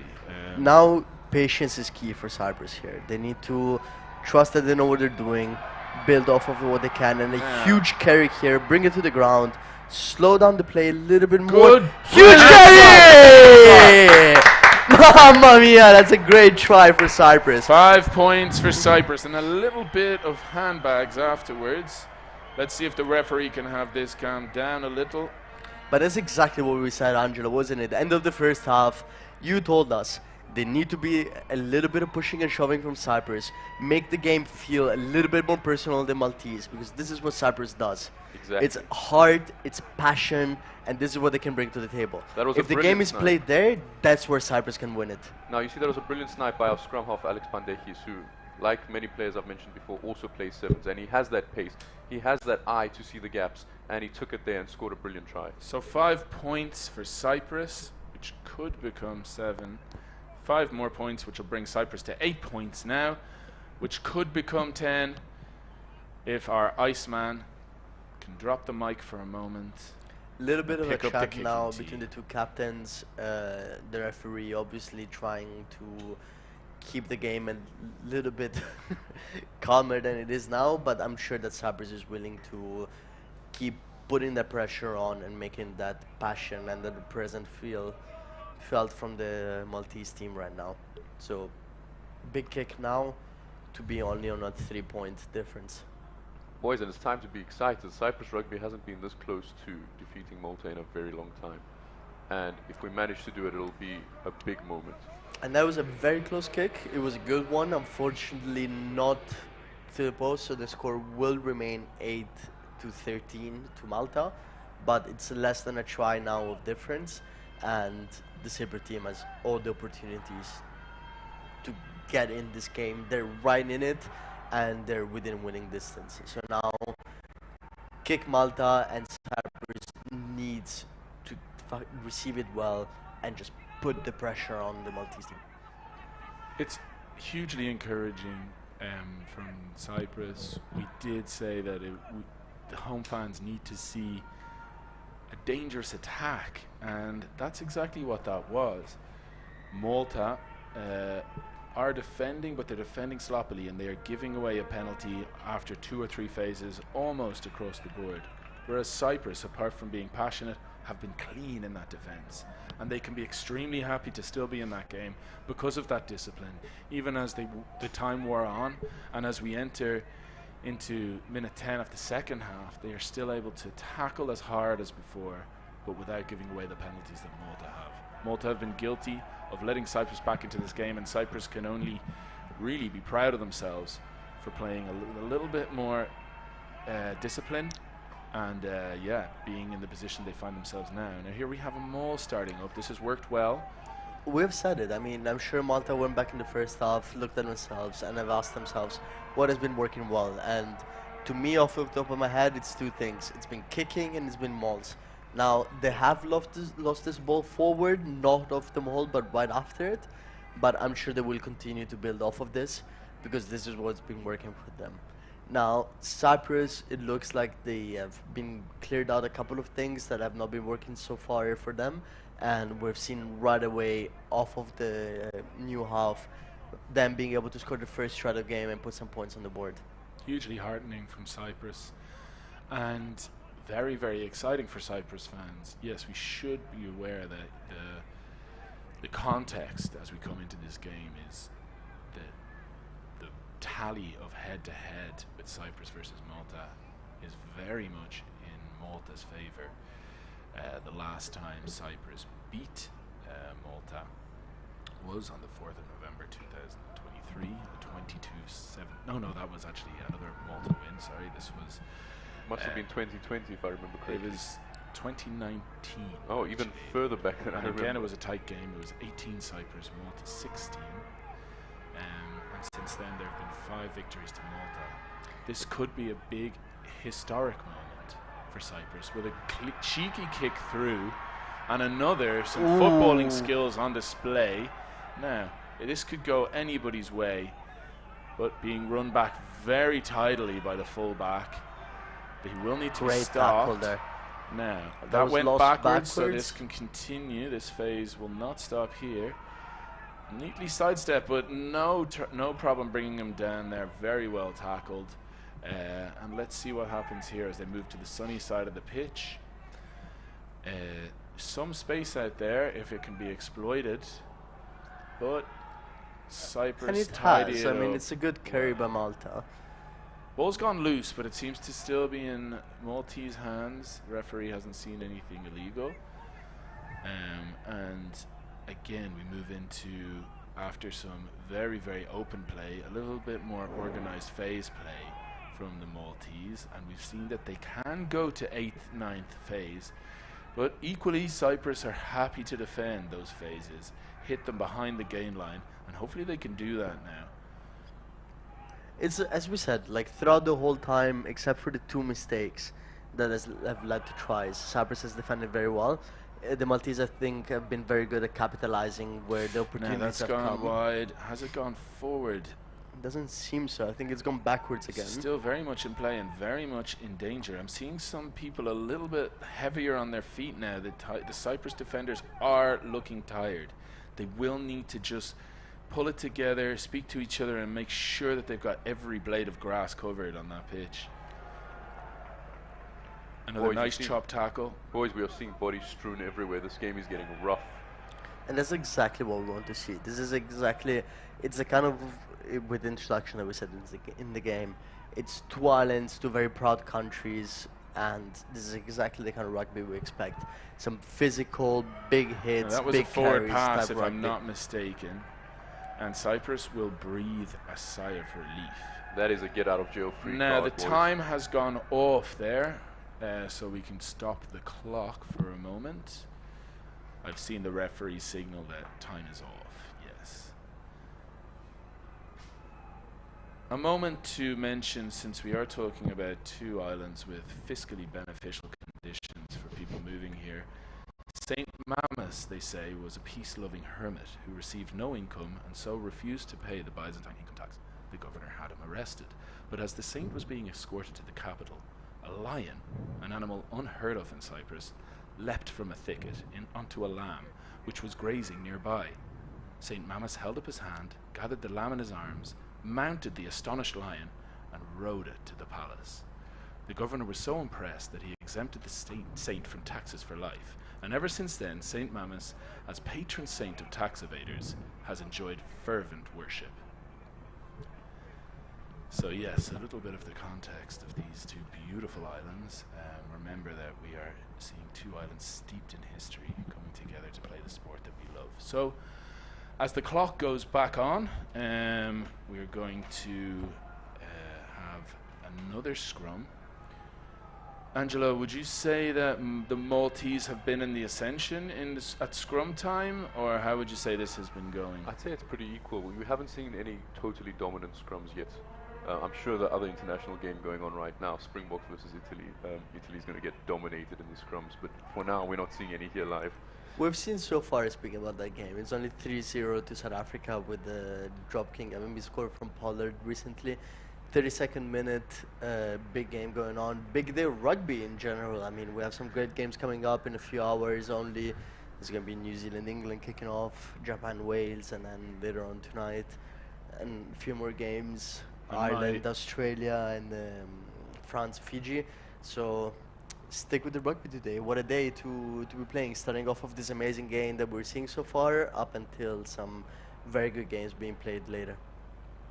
Let's not give too many spoilers, because I think most South Africans and Italians will be watching this game today as Cyprus steal a line out. So is this the sign of tides turning in Cyprus's favour? They've done very well to keep that in play. Ball is very much, and the momentum is very much in Cyprus's court. Now they've kicked it high again. The sun is definitely in the number 11's eyes there, but he's done very well to control that and to get himself into complete daylight. He is gone. Interception by Cyprus. Interception. He has managed to fool even the cameraman, who wasn't able to keep up with that. And the ball is still with Cyprus. This is a breathless passage of play. It will be interesting to see how it ends. Now, have Cyprus managed to control that? They have. Ball still very much with Cyprus. A lovely sidestep to get a little bit of daylight. Will he be able to offload? Oh. Now, I believe there was interference from a Maltese hands. That was backwards of a Malta, I would say. But that's So- not what the referee sees. See, I think in that moment, just bring the ball down and bid off of there. There's no reason to look for that extra offload. Just play it easy. It feels a little bit rushed from Cyprus at the moment. I know there's nerves on. I know it's a close game, and as you said, Angelo, it's a very felt game as well. But Cyprus needs to remember that the game is 80 minutes long, and there's still a good 20 minutes to play. We can do a bit of that pressure. There's no reason to rush anything. Molto sentido, as our Italian commentator would say, and there is a lot of passion out there. That's clear. That's a shame. I believe that the home fans will be disappointed that the offload didn't go to one of the support players there, because, to be honest, even though those Cyprus players who are now gesturing to the crowd, which is roaring at them to continue in this vein, even though some of these forwards are beginning to puff and pant, they have been getting to there in support and in defence, you would have to say. So yeah, Cyprus will feel that the ebb of battle, the ebb and flow of this battle is leaking slowly in their favour, and now the camera is panning over this beautiful, handsome, multicultural crowd that's come out here to support their team. Cyprus rugby very much being represented here, and I think everyone here in this commentary box is seeing people that they've been coached by, that they've played alongside, played against. And really, guys, it's important to remember just how big a thing it is to be here in this stadium and to see two teams full of international players, battling it out. It's what rugby's all about. Now let's see who gets the upper hand on the scrum. This is a big scrum for Cyprus. Winning this one would be huge for them. And as we said, Cyprus just needs to stay close. So Great tackle from the 9 there. It's not easy to tackle, and I'm speaking from experience, the big 8 off of the scrum, but the 9 dealt with it very well. And he dealt with it very well off the back as well, off of a high kick, which is something that they've not been able to do very well thus far. And that has allowed them to put a little bit of more pressure on them than they have. you would have to say that Cypriot number 9 has been the outstanding player in a white shirt today. Would you agree? Definitely man of the match if Cyprus goes on to win this. He's just managed to bring things under control, and I think all the decisions have been right, Angelo. I think that's sort of marked the difference. But when he's had to step up and make the big tackles, he's done so. But for the moment, the Maltese are going to try and do their best to make sure that no white shirts get man of the match. And they're going to do so by hoping to close this game out. That seems like it's gone straight out, It so has. another gift from Malta. The legs were on it, but unfortunately it wasn't quite there with the marksmanship. And Angelo, I don't know if you agree with me here, but I think it's Dimitris o'clock coming very soon. Definitely, and we are referring to Dimitris Gregoriou, one of our on-island players. He is strong, he is tough, he carries well, and he could change this game if he came on. Absolutely could change the complexion of any game. That's a man who's built like a fridge but moves like a Ferrari. A man who I've been very honoured to play alongside and to learn from. And hopefully he gets some time out there on the beautiful green pitch here. That was a brilliant line-out steal by Malta. Yes, that wasn't just a malfunction. That was an excellent piece of strategic thievery. And unfortunately they have coughed it up. And who is it to step up? None other than number 9, Alex Pandekis. He's having an absolute barnstormer of There's a game. Great carry there from the Whoa, now wing. that is a big hit. When you see the ball squirt out like that, like a Pez dispenser, that means that somebody's had their ribs rattled. So And here- you love when balls squirt out like that, don't people? as I recalibrate after that particular comment, we see that there has been a breakage in play. We will come back for what I believe is a penalty to Cyprus. It is, you're right indeed, it's a penalty to Cyprus. from here they can go back into the Maltese 22, and once again they have the opportunity to build off of their line out and create something there. And I just saw now Cyprus has taken their fullback off and sorry, not fullback, their wing off and replaced him with Mitchell Fielder, another man who has quite a few caps under his belt for both Cyprus and the Cyprus Rugby Sevens team. So hopefully his experience and his cool head can bring a change to this game. Fantastic. Am I on both right to sides. see that they decided to do a scrum off of the penalty? That is interesting. I mean, that means It may have been a penalty. It may have been a scrum to begin with. That's what we may have missed there. It's not easy to phase an experienced commentator like me, but my co-commentator's comments did leave me a little rattled. So kudos to him. However, here we are with another scrum. As Angelo mentioned earlier, there has been very much parity in the scrums. This time, Malta has definitely turned the screw. But what a kick! is And that gone is- off? That is beautiful. From That was by the Dimitris Cypriot team. Sophocleos, a veteran of Cyprus Rugby. He is in his 30s, he's carrying multiple injuries, but he's still dominating, he's still there, he's still stepping up for his team. And a quick update for all of our Italian South African fans. Italy has leveled the score, so it's 3-3 coming on to the 37th minute. Dimitri Sophocleos, 34, from Akrotiri, and a veteran with Malden Rugby Club. And his co-teammates say that he always leads by example on and off the pitch. And they're leading by example on the pitch. What a little run from a forward and a little bit of footwork to put Cyprus in the lovely strategic position they are in now. They'll be very happy with that. And I must say, you see the Cyprus Sevens program showing benefits for the Cyprus Rugby Union team. Dimitris Sophocleos, again a Sevens player. It seems today all the Cyprus Rugby players that are stepping up are Sevens players. And I think it is a little bit of an element of what you told us earlier, of the fact that the Cypriot team hasn't been able to play together for that much.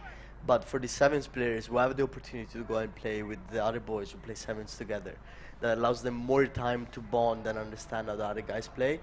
So that's for sure allowing them to be able to play there a little bit more freely and knowing more what they're doing on the pitch, because they know the other boys better. And as these two lineups are, our lineouts are forming up, just a moment to thank Angelo for being with us here today. I can say that our commentary last time was spirited but absolutely free of any actual rugby content. So thank you very much, Angelo, for bringing the facts, bringing the names, and in general upping the quality. No, And boys, it is an honor to have an ex-Cypriot national team player joining us here. the pleasure's all mine, boys, and I just want to thank the Cyprus Rugby community who has kept me involved despite my retirement. So it's lovely to be here sitting in the commentary box, watching my boys play and see them standing up to Malta. And very much standing up they are. They will feel that they have a chance to take a scalp here. We feel it here in the commentary box. There is absolute tension in the stadium, and the crowd is off their feet, out of their seats, and they are rallying their team forward. There's about 15 minutes left in this game. The game is very close. Cyprus with just one converted try could switch the game around, and the ball is in the Maltese half. So now big tackles and big defense needed from them. Well held, and I think that's actually forced a knock on. So again, from a scrum, they've really only gone back 5 meters, regained possession, got scrum possession, and I do believe, Angelo, they'll be able to hold their own in the scrum at least, although there has been some serious pressure coming on from the Maltese forwards. Well, I do see Dimitris Grigoriou that we mentioned earlier warming up, so if that's his cue to come on, he'll add good weight in the scrum, good technique in the scrum, so hopefully that is what is about to happen. And what a player he is. I mean, he's really made a difference for the IL Limassol team this year. He's obviously played for a few clubs around Ireland, but he's one of the best players that we have out there playing locally here in Cyprus. And one of the few players out there today who I've had the misfortune of having to tackle. I can say from experience, I do not recommend that to anyone. So there, as I said, the Maltese have really put the pressure on. And I think this time we continue to have it in Cypriot possession, but they're going to have to square up now to this Maltese pack, who seem to be moving through the gears as we get towards the fourth quarter. And in the meantime, while we're waiting for the scrum to start, I can say that South Africa has scored a try in the Italy game. So the score now stands at 8-3 for South Africa. Surprise, surprise. I really do feel, guys, that this scrum is absolutely vital. Malta are very much dominating at this point, late in the game, as we move into, the last 10 minutes of the game. They do have a chance here to take possession back from Cyprus if they can't hold it up. Now, we've just managed to retain possession there, and let's see how this attack looks. Again, going to the boot, putting the 15 under some pressure. It's returned well. Now, it's still in the pitch. I believe that Cyprus may resort to the boot once again. And I saw that Angelo's not loving this from an outside perspective, all of this kicking. And I may tend to agree with him that Cyprus needs to just play with their hands a little bit more and face up Malta with the big forwards and the big carries that they need to be making at this point in the game. Listen, boys, I have no problem with kicking if the kicks are properly chased up, but it seems that these kicks are just being kicked with no chase, and that is practically giving the ball to the opposition. You are not going to get any points on the board by giving the ball back to the opposition. Now, I believe that this ball has not gone dead, but unfortunately for Malta, Cyprus has kind of won this kicking battle in the sense that the possession is with them and they have the possibility to get it free. So let's see how Cyprus does with this possession. Okay, they've played it. Interesting. That was a tactical error from Cyprus, which has led to Malta having a scrum. That is a huge, huge mistake from Cyprus coming in what seems to be the last 10-15 minutes of the game, and we've heard the Cyprus fan being disappointed in that. I mean, that's not what you're looking for at this point of the game. Now, this is a huge scrum for Cyprus to win because they need to get the ball back and put some pressure on. A try from Malta now will be deadly in terms of the score and what we're seeing now in terms of the possibilities for Cyprus of actually bringing home this game. So let's see if the boys in white can turn on a decent scrum here, at least hold their own. You can see the pitch getting churned up there. A good tackle right behind the scrum to keep it.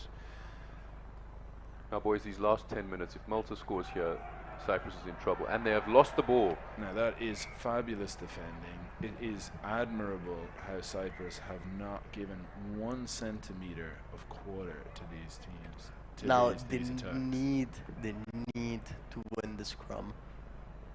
The time will be off for now, as there's an injured Cyprus player on the pitch, hopefully nothing serious. But now there's a huge scrum going towards Cyprus's favor that they need to bring home, and they need to clear the pitch to be able to then build off an attack. I would dare to say that Cyprus is lacking a little bit of the offense today. We haven't been able to see them play the game freely. We haven't seen them be able to create off of set pieces or play their own game. Defensively, I believe they've been very strong. It's been more on the Maltese end that they've been able to capitalize on every Cyprus mistake. But Cyprus needs to step it up a little bit offensively.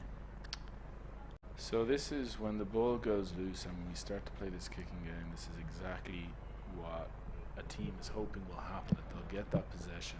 Malta got there, got the dominant scrum, but Cyprus, to their huge credit, has managed with just some hard tackling to keep Malta pinned back and to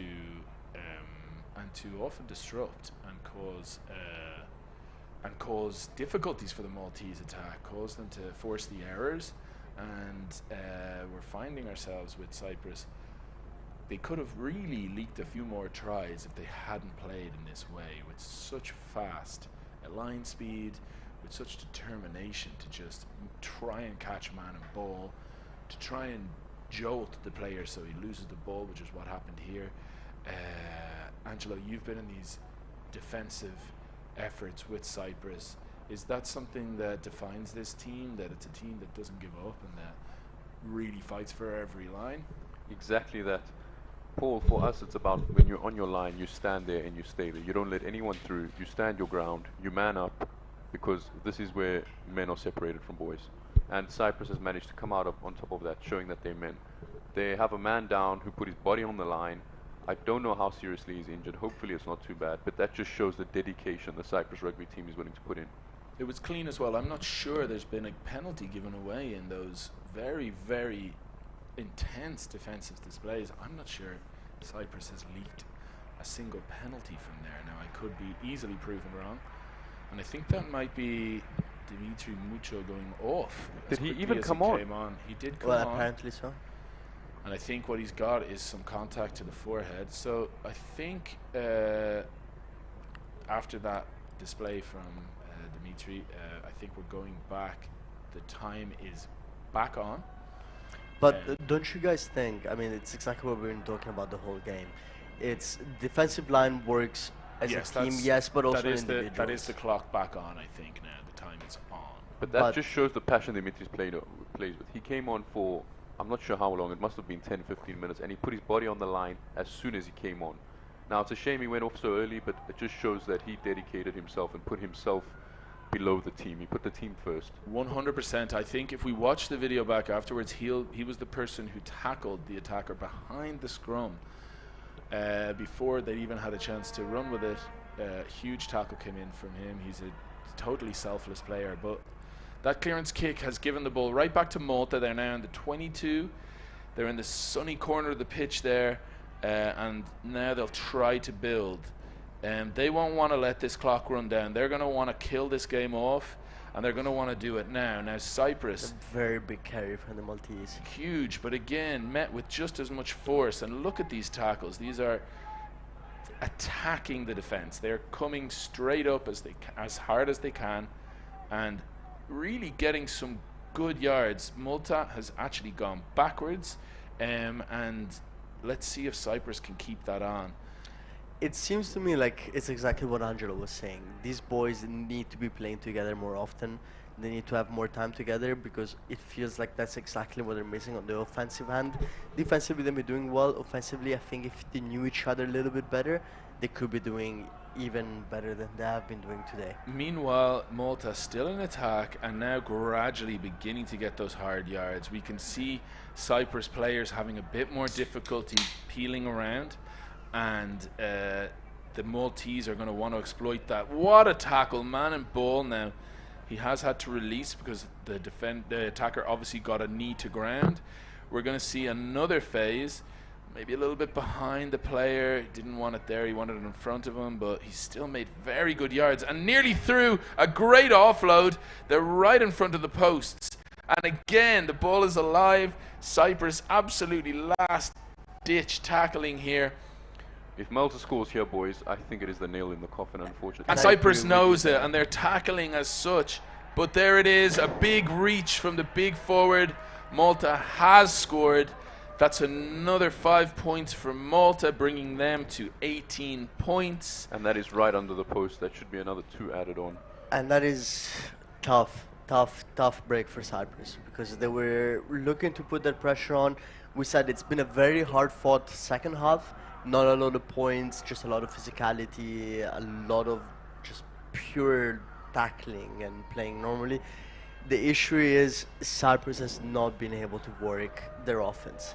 And that, I think, is the big issue here at the end. Because I don't think particularly Malta has been that great defensively. I think it's been more of on Cyprus's end to build a little bit more offensively. Now, fair shot to Malta for what they've been doing offensively.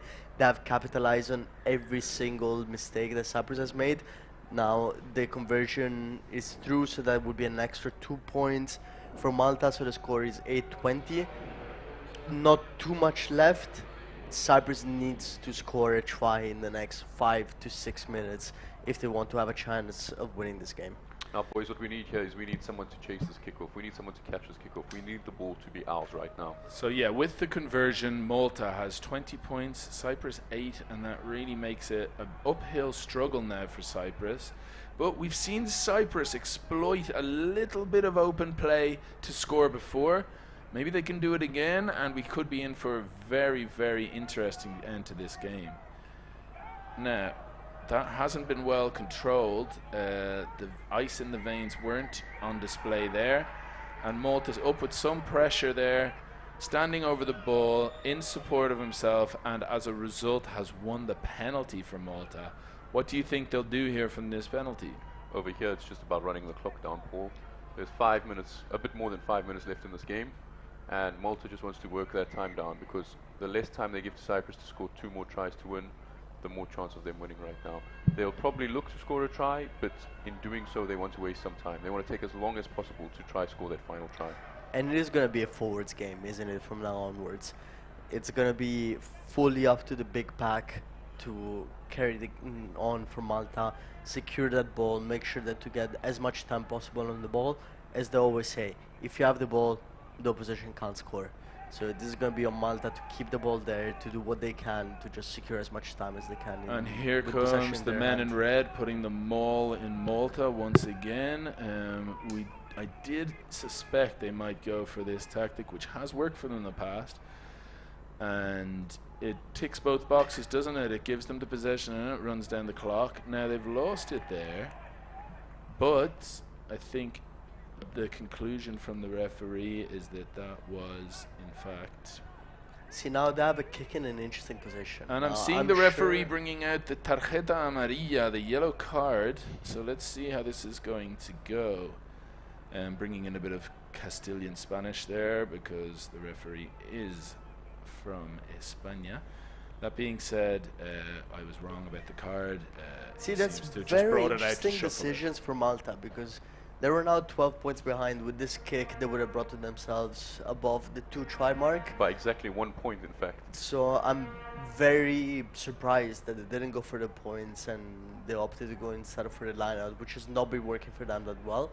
I think this is not a gift for Cyprus if they can steal this, but it's more on Cyprus than Malta right now to create opportunities for themselves. I think this is going to be another maul, and we'll see them try and just suck a little bit more life out of the game and air out of the Cypriot defenders' lungs. Just waste some time, just roll on there, waste time, possibly score a try. Yeah, they might get a little bit more than some seconds on the clock here, guys. They are trundling inexorably, unstoppably towards that Cypriot whitewash. And they are being driven back currently. A fabulous remaul there from the Cypriot men. The mighty Mouflons driving them back, still bearing their horns late into the last quarter of this game, and just really showing that they're made of strong stuff, these Cypriots. Now, has the scrum half does what scrum halves do and snatched a little try there? He has. So that's. But that feels, once again, it's the third try score for Malta that is off of Cyprus' mistakes more than anything else. You need to have 2 guards there. You need to have players opposing the opposition. Like, you can't have a scrum half score that easily. That is the exact mirror of the try our scrum half scored in the first half, actually. Or was it the second half? So that's the first half. The end result is another 5 points from Malta, who moved to 25 points beyond Cyprus's 8. But surely it can't go on like this for the Cyprus defense. It can, Carle. So, I think really Malta in this last 10 minutes will be happy with how they've and you see the celebrations there from the forwards. They're happy that they've made those decisions to another 2 points there. By the way, the flags have gone up, an excellent conversion, so that brings Malta to 27 points, effectively ending this game. But I think Malta will be very happy with how they closed out this game, Angelo. They knew that they had a team that was beginning to run out of breath. They knew they had a team that was psychologically beginning to teeter. And they said, we're going to do something that's psychologically very difficult, which is we're going to maul you back over your line. And they've kept possession in the simplest way possible. And Cyprus really haven't been able to get a sniff of the ball, have they? I mean, in the last 10 minutes, I think we've seen Malta go for the jugular. Malta of old has appeared in these last 10 minutes. Before, they did not look like the team I've played against and I've known. But these last 10 minutes, they've probably gelled together again. And they've brought their best towards Cyprus. Well, you mentioned it before. You give Malta the opportunity to play their game and to do what they can do, and we know that it's a really good team when they're allowed to do that. And as you said, it's a steamroller. Once you give them the opportunity to, they're not going to stop. And we've seen it here in action today with the way they've been handling this last 10 minutes of the game. The good thing is you still see Cyprus fighting. They haven't laid down their swords. They haven't given up. They're still pushing. They still want to get their try. They still want something there to say, we came, we showed up, we did our best. And once again, it's this man who has been running things for Cyprus, the absolute silver lining in the cloud. Number 9 has just been fabulous, and he's taking the Cypriots into the right side of the whitewash for half. With the penalty advantage to them, which would be interesting to see how they do, which they've wasted once again. See, this is the problem that I've had with the Cyprus game so far. It seems like every gift that Malta has given them, they haven't been able to capitalize. Where on the opposite end, every gift the Cyprus have given Malta has resulted in points. And I think if you're going to look back at this game in terms of where the difference has been made, it's been that Malta has been able to capitalize on anything that has been given them, whereas Cyprus simply has not. Now Cyprus might be able to put the final say in this game. They have a line out very close to the Malta try line. Now if they manage to secure this line out, they can either maul it over or go to their fast, speedy boys on the outside who can put a try in and say, you know what, we're still here. We might have lost the game, but we still have something to say, and we still have our pride on the line. And Dimitris is back onto the pitch, which is great to see. That means that the injury was nothing serious. And I'm sure that not only Cyprus deserves it, but every fan that has showed up here today deserves to see Cyprus finishing this game off on a high and just seeing some points on the board for Cyprus in the second half. And the line out is lost, unfortunately, a common occurrence in this game, and something none of us want to see. It looks like this game is going to end on Malta's terms. They have one more opportunity, ball to Cyprus now, and I'm sure they'll be looking to play it and see if they can finally put some points on the board in the second half. Not going to the boot this time. They decided that they want to end this game with ball in hand, and I think the fans are delighted to see it. But have they retained possession there? They have. There is players out wide, which is admirable at this late stage of the game that they're keeping their width. But has the Malta defender poached still it? have the ball. Interesting. Now there has been, unfortunately, a And bit this of is an the errant third pass. intercept on every time that Cyprus has tried to play hands, and it's not normal to see. I mean, the intercept in rugby, for the people that are new, is a very hard thing to do, and Malta has just been doing it way too easily. So this is rugby that is being played that's just too simple and too easy to read for the Maltese players. Will Malta have the final say? They're going wide. They seem to have retained possession here. Players are still lining up. They will be sucking oxygen at this stage because this has been very open and scrappy. And Cyprus has it again. Absolutely breathless for the past 5 minutes. Let's see who finishes out with ball in hand. I don't foresee Cyprus resorting to the boot as they have. I think they're going to want to play this through the phases. And they must. I mean, the clock is over the 80th minute, so they must keep playing like they are. Now, they were given another penalty for themselves. They'll be interested to see if they resort to a line out where they keep playing like they have so far. I would go with a tap and go here, boys. You know your line out isn't secure. You know you can't secure that ball. It's too far to kick. Tap and go and play some rugby. I think they're going to go for this line they're out. not listening to you, Angelo. Angelo has got an absolutely perfect score in terms of predictions and them going the Perfectly opposite negative. way. Yes, inversely proportionate to your predictions. But we do have a Cypriot line out here, and the fans will be thinking that maybe this will also go the other way than they're expecting it to, and maybe this will be the line out, which does work and which does get a few more precious points for Cyprus rugby. Now that was very skewed, but luckily Malta did not jump. If Malta had jumped there, the ball would have been in their hands. Yes, so the rule is that if the other team does not jump for the ball, you do not have to observe the throwing straight rule, because that was, as Angelo has rightly pointed out, very skewed line out. It's very crooked. But the Cypriots are actually running this very nicely. Some neat little phases here. Now, have Malta managed to hold that up? They have, and not only that, they've managed to take possession back. I think they'll probably kick this ball out. They have not, but now the ball has gone dead, and I believe that, my friends, will be that. Well, So everyone, thank you for tuning in. A little bit disappointing, I must say. I think Cyprus had the opportunity to bring this game home if they had sorted out their set pieces and a little bit of a better offense here. It is still a very good score for Cyprus compared to last time. They have put a fight up. The Maltese have not walked away from this game thinking it was an easy game. So I think overall we're looking forward to the next match that's going to be played between these two countries. And ladies and gentlemen, it is always a pleasure to have you here with us, listening to rugby, tuning in, and watching the rugby in Cyprus evolve into what it is now. I want to quickly thank my colleagues today, Paul Devlin and Angelo Lianos, for joining me. It has been a pleasure, and I hope to see you all soon again. Thank you, Carly. I can say a little more than it's been an absolute honour to be here in the commentary box once again in my newly adopted island. Thank you to my friends and family listening in today, and anyone who's tuning in from around the world to this little island where rugby is on the up and up. And yeah, a fantastic contest, a fascinating contest between the two Mediterranean islands, which unfortunately didn't go the home side's way.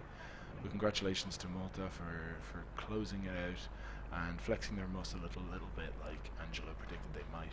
Boys, thank you. It's been an honor. I wouldn't have wanted to lose my commentary virginity to anyone else but you two. Hopefully we get to feature next time. And to the fans, thank you for watching, thank you for supporting, and despite the loss, I'm sure Cyprus will bounce back stronger. And to end on a good note, Italy has scored another penalty.